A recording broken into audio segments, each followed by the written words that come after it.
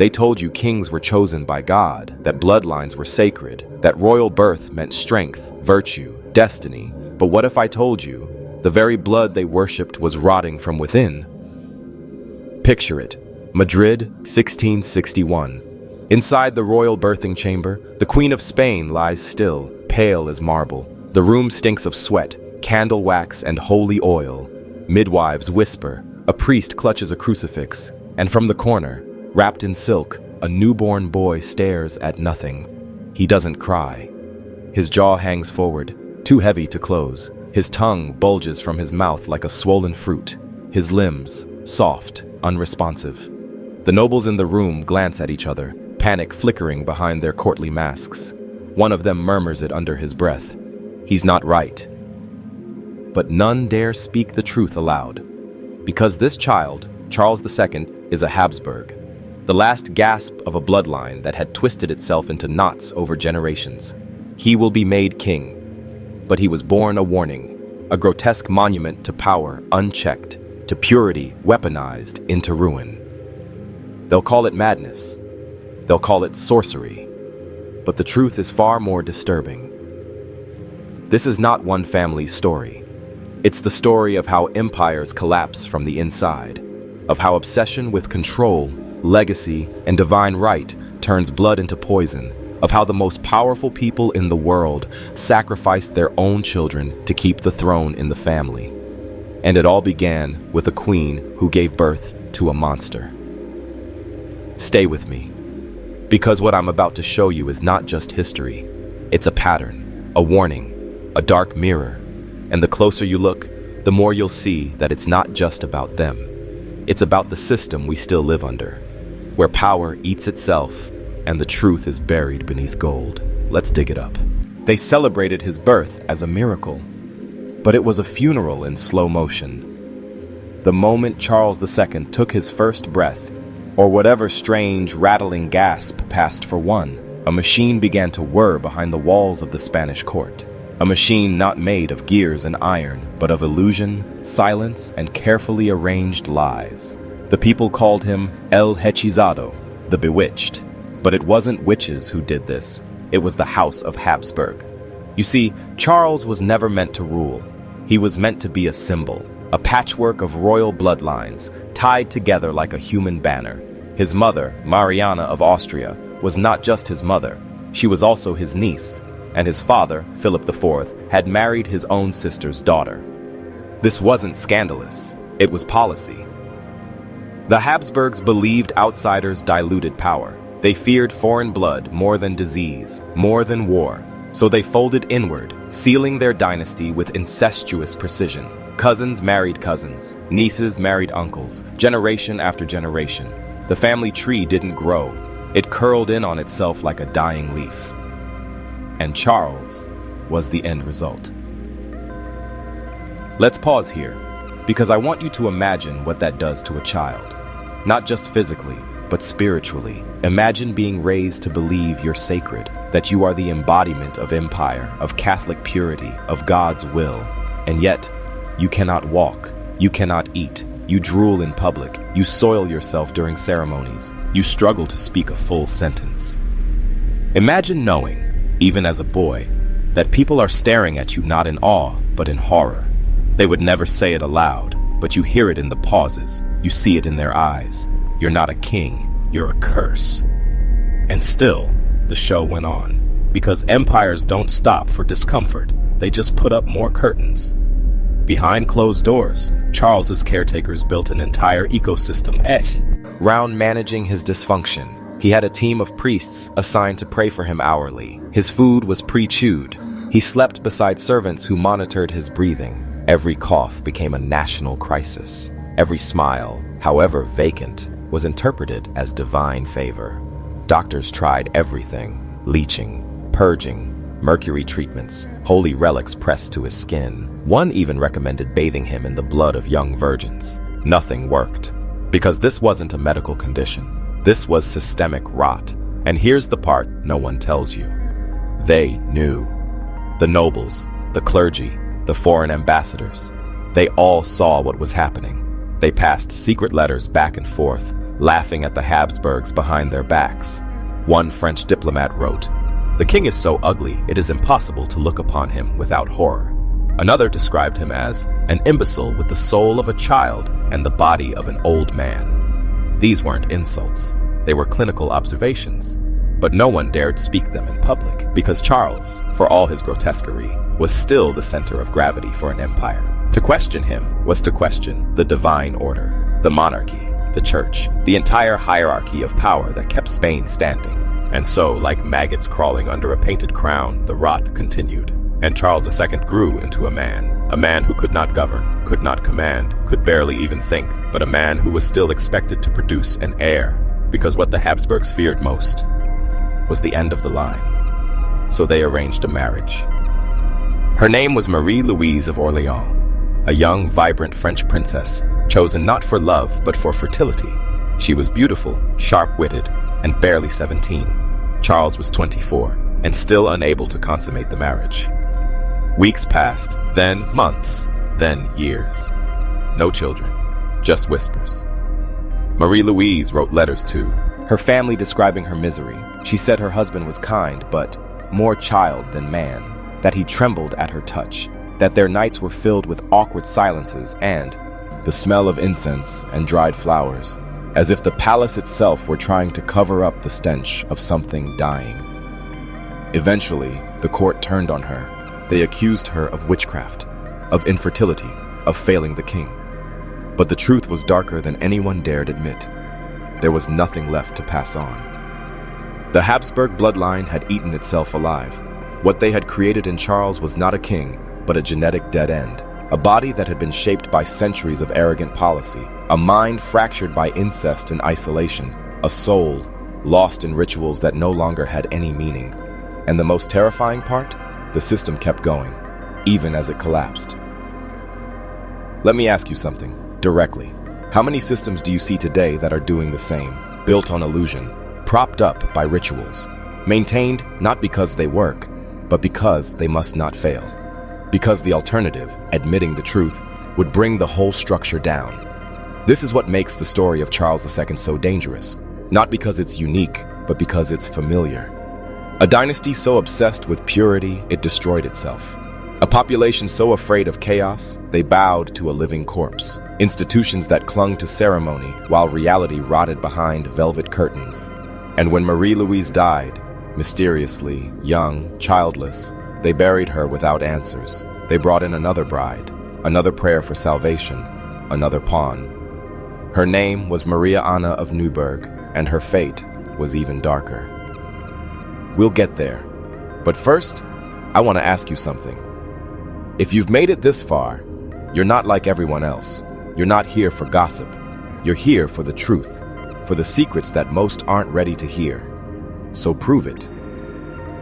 In the comments, write the phrase, "I see the rot beneath the crown," and write it twice. Why twice? Because repetition is ritual, and ritual is how we take power back. Speak from systems that try to numb us. Write it once for the world that lied to you. Write it again for the man you're becoming, the one who sees clearly. Now let's keep going, because Charles is still alive, and his empire is still bleeding. Now listen carefully, because once you hear this, once you see what they did, you will never look at royalty, history, or bloodlines the same way again. This is not a tale about crowns and castles. It is the story of a family that played God and gave birth to something broken. The air inside the royal Alcazar of Madrid was thick with incense and desperation. A woman, barely more than a girl, lay in bloodied linen sheets, her hands clenched into fists so tight her nails tore the flesh. This was Mariana of Austria, a queen, a niece, a wife, a sacrifice. Outside her chamber, the most powerful men in Europe waited to hear if the empire would live or die with her womb. The silence that followed her final scream was not peace, it was terror holding its breath.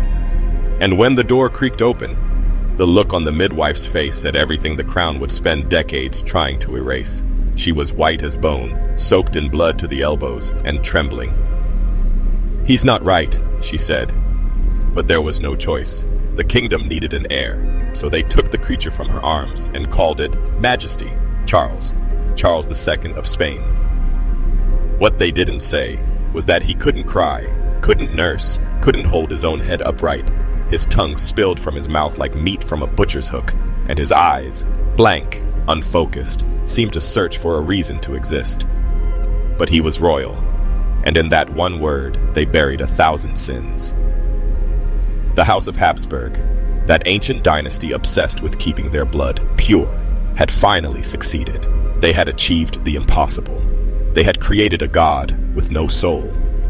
This was not an accident. It was a result, an outcome foretold by centuries of arrogance wrapped in silk. The family tree of the Habsburgs did not grow. It coiled in on itself like a serpent, devouring its own tail.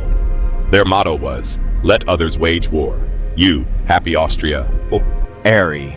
And marry they did, again and again, cousins to cousins, uncles to nieces, blood to blood, not out of love, but power. The result? Charles. Not a king in waiting, a curse in a cradle. You see, this child, this malformed, speechless creature, was not simply the end of a line. He was its confession, a silent, drooling scream of what happens when men think they can rewrite the laws of nature. What happens when blood is considered divine and no longer human? Let me explain just how deep the sickness ran. The Spanish Habsburgs had an inbreeding coefficient, a genetic measurement of shared DNA, that was higher than what you'd find between siblings. Mariana, the queen who gave birth to Charles, was not just his mother. She was his blood mirror. She and her husband shared more DNA than a parent and child. They had created a child who was less a person and more an echo, a slow, decaying whisper of all their past sins, trapped in flesh that could not function and yet was destined to wear a crown. Imagine that, a court pretending to kneel before a boy who couldn't chew bread, a nation told to bow before a monarch who drooled more than he spoke. But here's the secret. They all knew. The priests, the physicians, the nobles.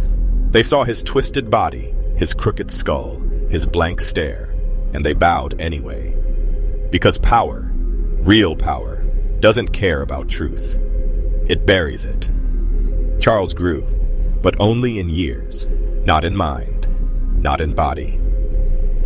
By age 5, he couldn't walk.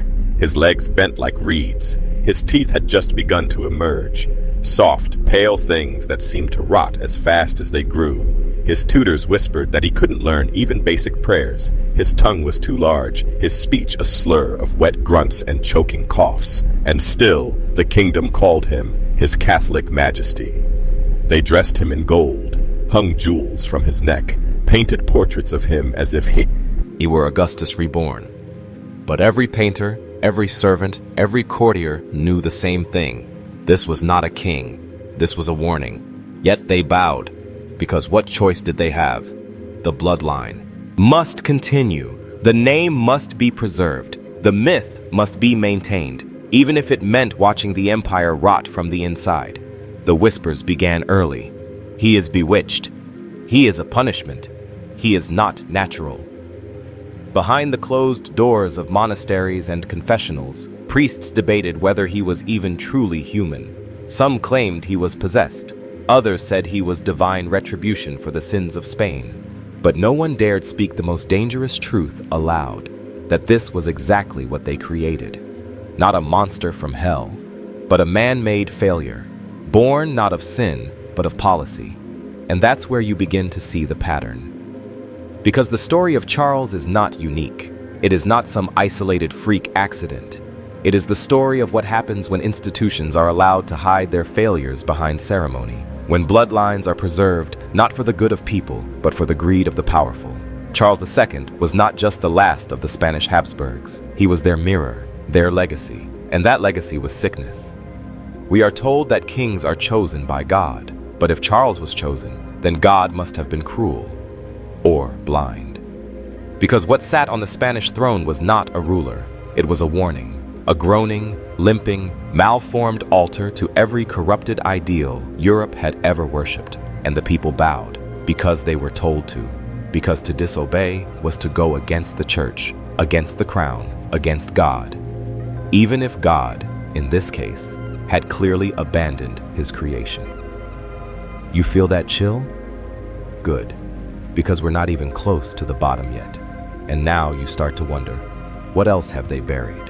What other names, what other legacies, what other truths have been hidden beneath the marble floors of castles and cathedrals? This isn't just about Charles. It's about the world they built around him, a world designed to protect lies with pageantry. There is something you must understand. In the grand palaces of Europe, in the echoing halls of stained glass and velvet silence, the true ruling force was never God. It was blood. And not just any blood, but blood obsessed with itself, twisted inwards, worshipped like a relic, controlled like a weapon. The Habsburgs did not just believe they were chosen. They believed they were above the natural world, not bound by it, immune to its laws. Incest was not sin. It was strategy, not an accident, a tradition. They told their people that kings were God's instruments, but behind closed doors, they played God themselves. Let me pull back the curtain a little more.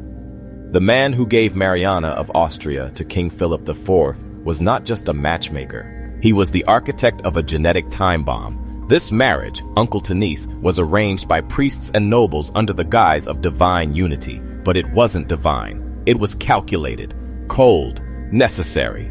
Because if you keep your bloodline in the family, you keep the crown in your grip. That was the real faith of the Habsburgs, not Christianity. Control. In ancient temples, cults demanded sacrifices to keep their gods pleased. In the Spanish court, the sacrifice was sanity, and the god was dynasty.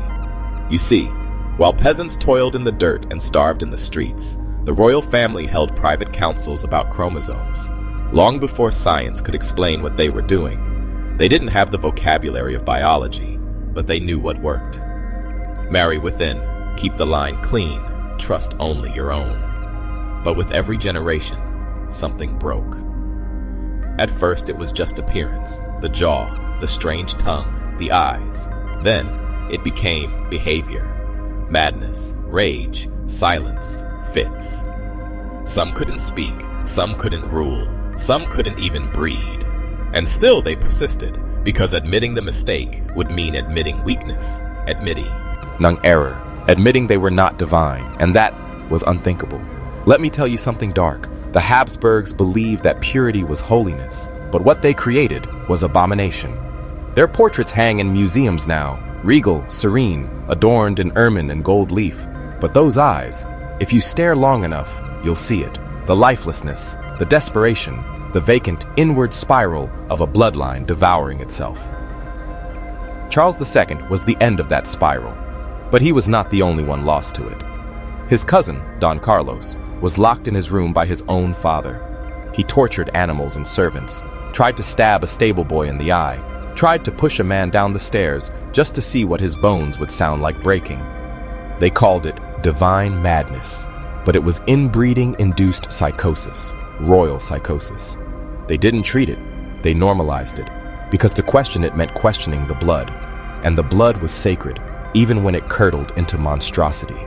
I want you to sit with that for a moment. An entire empire ruled by men whose minds were collapsing, whose bodies were falling apart, whose blood was boiling over with mutations and madness, and everyone pretended, because the system was more important than the truth. Sound familiar? This is not just history. This is a blueprint.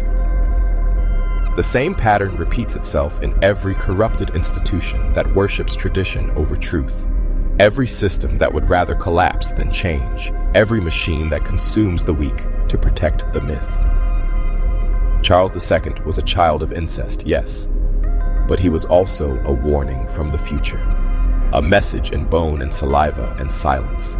This is what happens when you build an empire on lies and refuse to turn back. Now let's return to the queen, Mariana, the inbred queen, the chosen vessel. She was not an evil woman. She was a pawn in a much larger game. Married off at 14. Move. D from Vienna to Madrid, her blood already marked by centuries of repetition. By the time she gave birth to Charles, her body had already been hijacked by history. And when she looked into his eyes, I wonder, did she know? Did she understand what had been done through her? Did she see the end of a dynasty in her arms, or did she too choose to pretend? Because no one, not even a queen, can escape the gravitational pull of a myth this powerful. And what of the priests? Surely they saw the signs, the deformities, the muteness, the seizures. But remember, the church was tied to the crown. To admit that the king was malformed was to question the divine right of rule. It would unravel everything: the monarchy, the sacraments, the myth of God's favor. So they twisted scripture to fit the sickness. They said Charles's suffering was proof of his holiness, that his weakness made him closer to Christ. And just like that, the monster became a martyr, and the people obeyed. Because faith, when weaponized, is stronger than any sword. You're starting to feel it now, aren't you? That itch in the back of your mind, that sense that you've been lied to, not just about kings and queens, but about the entire framework of power you were taught to trust. It doesn't end with Charles. It begins with him. Because Charles II, a man who couldn't speak clearly, couldn't eat solid food, couldn't produce an heir, still ruled one of the largest empires in history. Why? Because it wasn't about capability. It was about appearance. It was about continuity. It was about a lie so large, so all-consuming, that the entire population became actors in a stage play they didn't even know was being written. I want you to remember something. Rot rarely begins on the surface. It begins in the roots, hidden, silent, slow. By the time the tree falls, it's already dead inside. The House of Habsburg was already crumbling before Charles ever took his first breath. They just covered the cracks with velvet, and by the time anyone dared to speak the truth, the damage was irreversible. The blood was poisoned, the mind was gone, the child was a crown of flesh, but inside, there was only emptiness. Now I'm going to ask you to do something. If you've come this far, if you've felt that pressure in your chest, that sick truth pulsing behind your eyes, I want you to prove it. In the comments, write this phrase twice. I see the blood. I see the lie. Type it exactly like that, because that phrase is a key. Not just for the algorithm, but for you. It's a signal to yourself, to others watching, to the system, that you've started to wake up, that the spell of ceremony has broken, that the golden mask no longer fools you. I see the blood. I see the lie. Let it sink in. Because from this point forward, there's no turning back. Let's go deeper now. Because what you've heard so far, that was just the sickness, the symptom. The collapsing child king is only the surface, the trembling tip of a far darker structure buried beneath centuries of silence. Charles II wasn't just born broken. He was manufactured, designed, whether they understood it or not, by a cult that worshipped itself. Let me show you how deep that cult went. You see, we call it a dynasty, but the Spanish Habsburgs were more than a royal family. They were a blood cult, not in name, not in ritual robes and flaming altars, but in purpose, in belief, in sacrifice. A family so obsessed with preserving its own blood that it knowingly turned itself into a prison, a laboratory, a genetic monastery of madness. The marriages were not just alliances, they were initiations, performed with the same sacred gravity as baptism, and with the same blood ties too. Uncles, nieces, cousins, and over time the resemblance grew uncanny. Portraits that looked like reflections, faces repeating, traits amplifying, eyes too wide, jaws too long, skin too pale, minds too fragile. And still they believed. Because this wasn't about love, it was about containment. Let's speak plainly now. There is an ancient idea, older than Rome, older than Egypt, that kings are not born, but made, shaped in the womb, selected not for strength, but for purity of essence, a divine thread passed down, untainted. In the ancient world, this took the form of initiation, ritual trials, sacrifice, selection. But in early modern Europe, it became bloodline engineering. They didn't call it that. They didn't need to. Their actions spoke for them.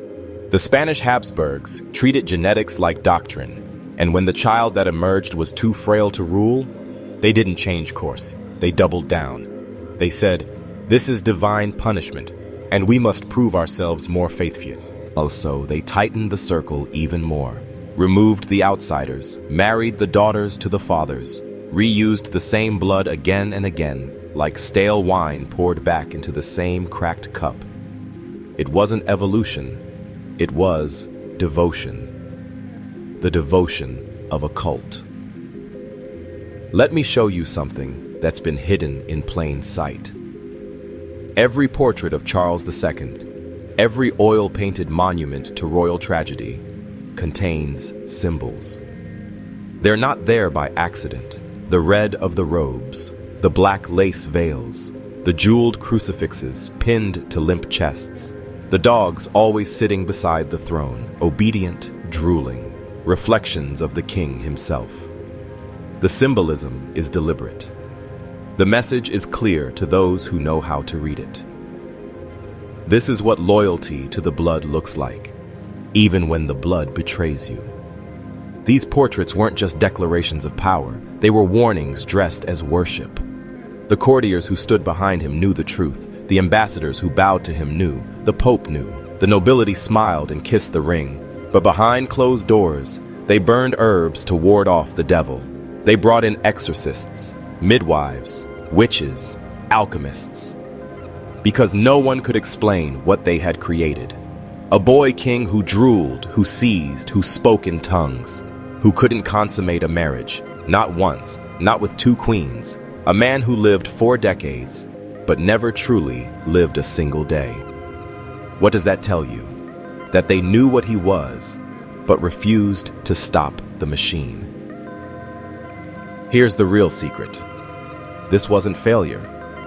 It was success. Because the true goal of the blood cult was never governance. It was preservation. It was control. It was the maintenance of a myth. Even if the flesh rotted, the symbol endured, the image of divine right. The illusion of power passed through sacred veins. The Habsburgs became the face of that illusion, and Charles II, crippled, sterile, decaying. G was their ultimate sacrifice, not to God, but to the system, to the throne, to the idea that lineage matters more than life. And here's where the story twists in a way they never want you to see. When Charles died in 1700, childless, speechless, and alone, the Spanish line of the Habsburgs ended, but the blood cult did not. It adapted. It migrated. It hid inside other royal houses, the Bourbons, the Wittelsbachs, even the British monarchy. Don't believe me? Look at the family trees. Look at how quickly the intermarriage resumed. Look at how often cousin met cousin in church, smiled behind lace, and walked hand in hand into the bedroom. Look at the facial structures, the recessive traits, the fertility issues, the repeated names, over and over and over. Because once the blood cult takes root, it never really dies. It regenerates, like a hydra. Cut off one head and another forms. Now let's get darker. Because blood cults do not exist in isolation. They are surrounded by ritual. And the Habsburgs were no exception. Baptisms were conducted in complete silence. The royal infants were often not allowed to be touched by anyone outside the family. Wet nurses were vetted for purity, not of skill, but of blood. Certain herbs were burned in birthing chambers. Old prayers, not in Latin, but in an older, dead tongue, were whispered as the children were swaddled. These weren't Catholic traditions. They were older. Pagan rites dressed in lace. Ancestral pacts wrapped in incense. Because somewhere deep down, they knew what they were doing was unnatural, and the only way to survive unnatural acts is to build mythologies that protect them. The court physician's journals, rarely seen, are littered with contradictions. This child is strong, they write. This child cannot suckle. He is alert, they insist. He does not blink for hours. He shall grow into his kingship, they declare. He has not grown in months. They lie to the public. They lie to each other. But most of all, they lie to themselves. Because the alternative is admitting they built a god out of bones too weak to stand. You may be asking, why does this matter now? Because the ritual didn't stop in 1700, it just changed form. Bloodlines are still guarded, power still flows through hidden channels. The cult of elite preservation is very much alive, and it just wears better suits now, holds different titles, doesn't need thrones, just capital, just institutions, just control over who gets to breed, who gets to lead, who gets to speak. You think eugenics was a 20th century nightmare? It began long before, in royal bedrooms, in cloistered cathedrals, in whispered prayers for purity. The monster wasn't Charles. The monster is what made him. And it's still here, watching, waiting, breeding. Let that settle. Because this is not just about one boy or one family, it's about a system that teaches obedience to sickness, that rewards conformity to decay, that builds its entire mythology on the idea that power must never mix with the people, only with itself. Even if it means choking on its own blood, even if it means birthing a king who cannot walk, cannot rule, cannot produce heirs, but must still wear the crown, because the ritual is more important than the man, the mask more sacred than the face. And if you think this ended in 1700, then you've already been initiated. Not to God, but to the system, to the throne, to the idea that lineage matters more than life. And here's where the story twists in a way they never want you to see. When Charles died in 1700, childless, speechless, and alone, the Spanish line of the Habsburgs ended. But the blood cult did not. It adapted. It migrated. It hid inside other royal houses. The Bourbons, the Wittelsbachs, even the British monarchy. Don't believe me? Look at the family trees. Look at how quickly the intermarriage resumed. Look at how often cousin met cousin in church, smiled behind lace, and walked hand in hand into the bedroom. Look at the facial structures, the recessive traits, the fertility issues, the repeated names, over and over and over. Because once the blood cult takes root, it never really dies. It regenerates, like a hydra. Cut off one head and another forms. Now let's get darker. Because blood cults do not exist in isolation. They are surrounded by ritual, and the Habsburgs were no exception. Baptisms were conducted in complete silence. The royal infants were often not allowed to be touched by anyone outside the family. Wet nurses were vetted for purity, not of skill, but of blood. Certain herbs were burned in birthing chambers. Old prayers, not in Latin, but in an older, dead tongue, were whispered as the children were swaddled. These weren't Catholic traditions. They were older. Pagan rites dressed in lace. Ancestral pacts wrapped in incense. Because somewhere deep down, they knew what they were doing was unnatural. And the only way to survive unnatural acts is to build mythologies that protect them. The court physician's journals, rarely seen, are littered with contradictions. This child is strong, they write. This child cannot suckle. He is alert, they insist. He does not blink for hours. He shall grow into his kingship, they declare. He has not grown in months. They lie to the public. They lie to each other. But most of all, they lie to themselves. Because the alternative is admitting they built a god out of bones too weak to stand. You may be asking, why does this matter now? Because the ritual didn't stop in 1700. It just changed form. Bloodlines are still guarded. Power still flows through hidden channels. The cult of elite preservation is very much alive, and it just wears better suits now, holds different titles, doesn't need thrones, just capital, just institutions, just control over who gets to breed, who gets to lead, who gets to speak. You think eugenics was a 20th century nightmare? It began long before, in royal bedrooms, in cloistered cathedrals, in whispered prayers for purity. The monster wasn't Charles. The monster is what made him. And it's still here, watching, waiting, breeding. Let that settle. Because this is not just about one boy or one family. It's about a system that teaches obedience to sickness, that rewards conformity to decay, that builds its entire mythology on the idea that power must never mix with the people, only with itself. Even if it means choking on its own blood, even if it means birthing a king who cannot walk, cannot rule, cannot produce heirs, but must still wear the crown, because the ritual is more important than the man, the mask more sacred than the face. And if you think this ended in 1700, then you've already been initiated. Let's turn the mirror around now. Because this story, the malformed monarch, the collapsing dynasty, the ritualized decay, it only becomes possible when millions of people agree, in silence, to let it happen. The real horror isn't the monster on the throne, it's the world that built the throne for him, and bowed. Understand this, Charles II was never truly alone. From the moment he entered this world, drooling and gasping, unable to nurse or cry, an entire empire was mobilized to pretend it was fine. The priests prayed, the doctors lied, the nobles smiled, and the people, the millions, obeyed. They worshipped, not out of belief, but out of training, because that's what the system demands, not clarity, not honesty, but performance. And the performance must be perfect, even if it means applauding the coronation of a dying boy in a golden robe, a boy who can't stand upright, can't form sentences, can't control his own bowels. The lie becomes sacred, and those who speak truth, they are punished, silenced, erased, because reality is the enemy of empire. Let me ask you something dangerous. How many lies do you perform every day? Think. How many broken systems do you serve, not because you believe in them, but because you're afraid to speak? How many decaying institutions do you support, not because they're righteous, but because they're powerful? Do you go to work and nod along with leadership you know is incompetent? Do you vote for candidates who speak in circles because you're told it's the lesser evil? Do you stay silent when the weak are crushed, just to protect your name, your brand, your seat at the table? Then you understand the Spanish court.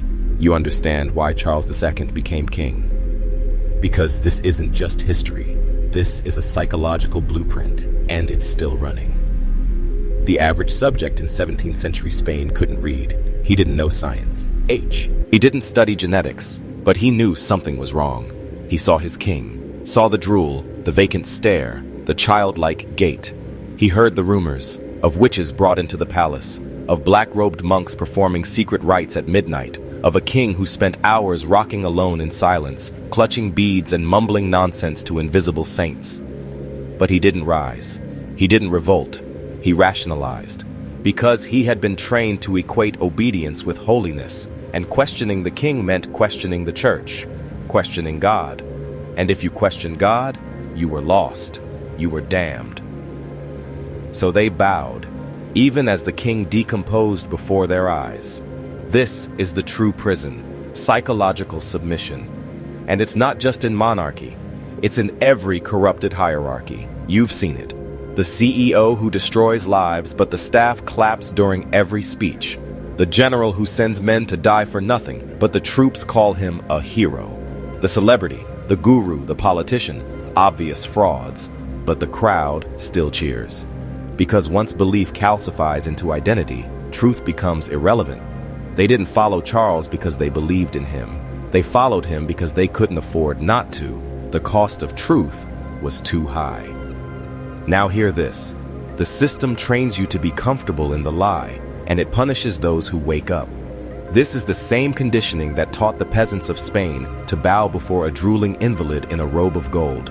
The same mechanism that makes people protect abusers, defend tyrants, cheer for manipulators, worship sickness. Because the moment you question the top, the moment you whisper, "This is wrong," you become the enemy, the heretic, the traitor. So most people stay silent. They fold their hands, lower their eyes, and play the role they've been assigned, even if it means applauding the decay of everything they claim to love. Charles was a mirror. His body was crumbling, his mind a fog, his court a stage. But that same dysfunction lives today, not in palaces, but in you, in your silence, in your learned helplessness, in your addiction to ceremony and comfort and approval. Because here's what they never taught you in school. Most people don't want freedom. They want familiarity, even if it's killing them. They called Charles the Bewitched. They said he was cursed, that witches had tied knots in his intestines, scrambled his brain, stolen his seed. But the truth is much simpler. He was the result of obedient lies repeated for generations. And the curse wasn't on Charles. It was on the world that allowed him to happen. The families that stayed silent, the priests who covered it with incense, the mothers who kissed the hands of monsters, and the millions who convinced themselves that if the king wore a crown, he must be holy, even if he was choking on his own tongue. Now I ask you again, what are you still pretending not to see? What sickness are you bowing to? Because the cult of obedience didn't die with Charles. It evolved. It digitized. It streamlined. Today, it doesn't need a malformed king to keep you in place. It just needs your distraction, your fear, your desire to be left alone. That's enough. You become your own jailer, and the monster wears your face. Here's a secret. Every time you feel that knot in your stomach, that voice in your head whispering, "This isn't right," that's your soul trying to speak, and every time you ignore it, you become part of the empire, part of the lie that crowned a dying boy, the lie that burned witches while priests groped power, the lie that turned blood into doctrine, that crowned incest and called it order. You are either part of the silence or part of the reckoning. There is no middle ground anymore.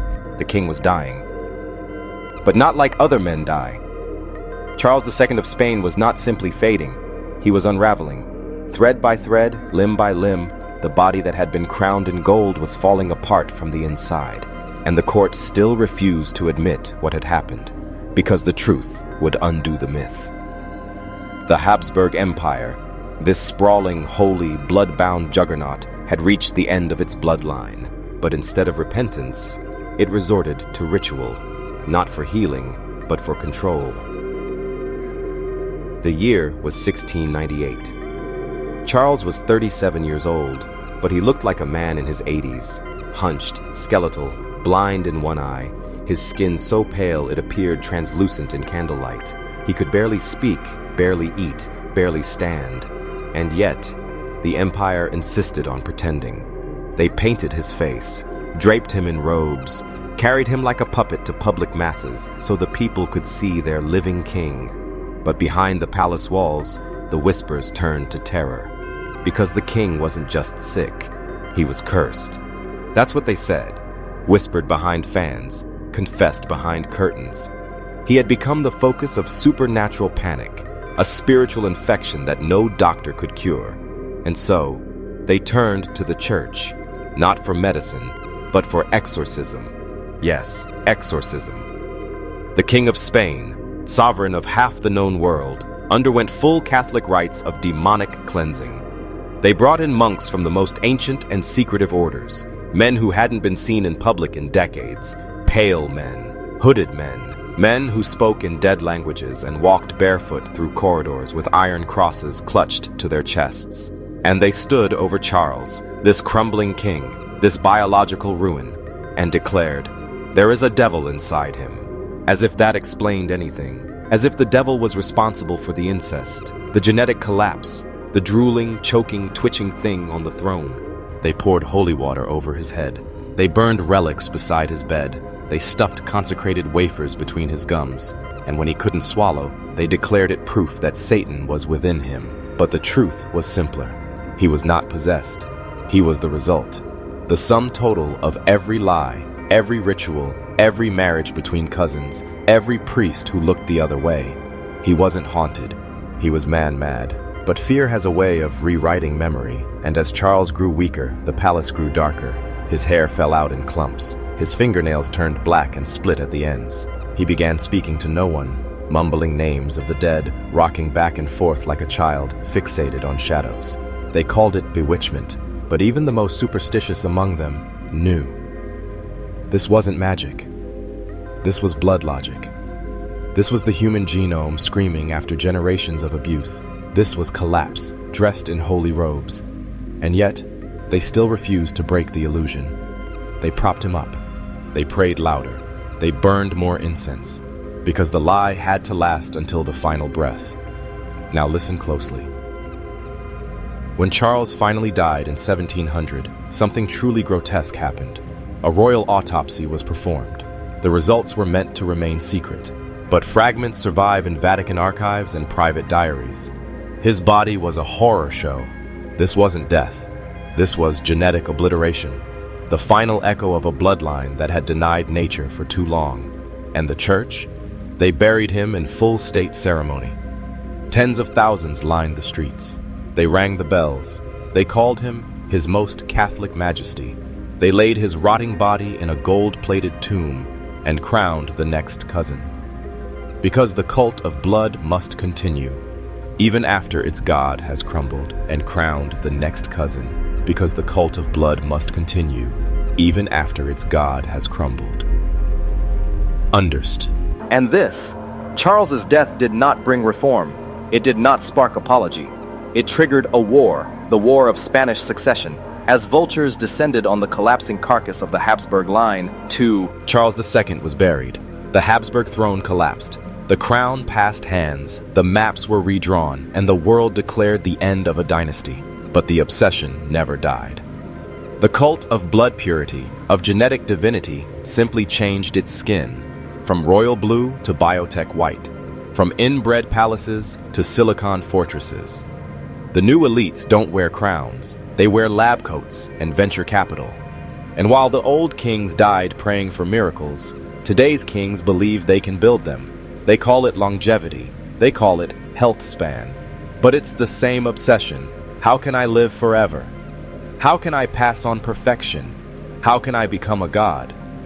Let's talk about modern-day blood cults. No, not in the conspiratorial, candle-lit sense. We're talking about the real ones, the documented ones, the ones hiding in plain sight.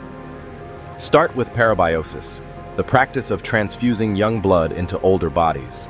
What was once dark folklore is now Silicon Valley-funded science. Billionaires like Peter Thiel have openly expressed interest in it. Startups have emerged offering plasma from 16-year-olds to 70-year-old elites at thousands of dollars per treatment. They claim it's to fight aging. But listen carefully. They are not curing death. They are postponing decay. They are chasing the same lie the Habsburgs did, that biology can be dominated, that death is a choice, that wealth can outrun entropy. But you and I know better. We saw what happened when kings thought blood alone could sustain power. We saw the blackened lungs. We saw the drowned brain. Now go deeper. Some billionaires aren't just buying young blood, they're preserving their own. Gene sequencing, cryogenic sperm, designer embryos. In private clinics in Switzerland, New York, and Singapore, the ultra-rich are creating genetic vaults, backups of themselves and their heirs. Eggs stored in sub-zero nitrogen vaults. DNA sequenced, edited, and ranked by quality. This is not family planning. This is dynasty engineering. The 21st century throne isn't built of gold, it's built of CRISPR code. They're not just trying to live longer, they're trying to become irreplaceable. They call it bio-sovereignty, the idea that your bloodline is an asset to protect, to ensure, to enhance, a hedge fund of flesh, a startup of skin. And you thought the kings were gone. They're not gone. They've rebranded. Look at their faces, the tech billionaires who speak about curing death, who invest in mind uploading, who surround themselves with geneticists, life extension researchers, AI-driven diagnostics. They don't want a better world. They want to outrun consequences. They want the benefits of godhood, without the burden of morality. They believe that if they can just crack the code, the right genes, the right tech, the right neural interface, then they can replace failure with legacy. But here's the secret. Just like Charles II, they are already sick. Sick with hubris. Sick with the idea that they are the center of history. Sick with the same rotting myth that power means exemption from decay. You may laugh. You may say, it's different now. We have science. We understand genetics. We're not medieval. But go ahead. Look at the language. Look at the rituals. Look at the gated communities, the life extension protocols, the blood boy experiments, the cloned pets, the embryo rankings, the whisper networks of the ultra-wealthy and ultra-sterile tease royalty in lab form. The same old obsession. Cleanliness of the line, immortality of the name, protection from the peasantry. We used to burn witches to purify the throne. Now, we optimize mitochondria. Same fear, same lie. Different tools. And here's the deepest truth of all. The collapse will happen again. Because no system, biological or political. Revives when it feeds only on itself, when it isolates, when it edits, when it clones, when it builds its own myth and refuses correction.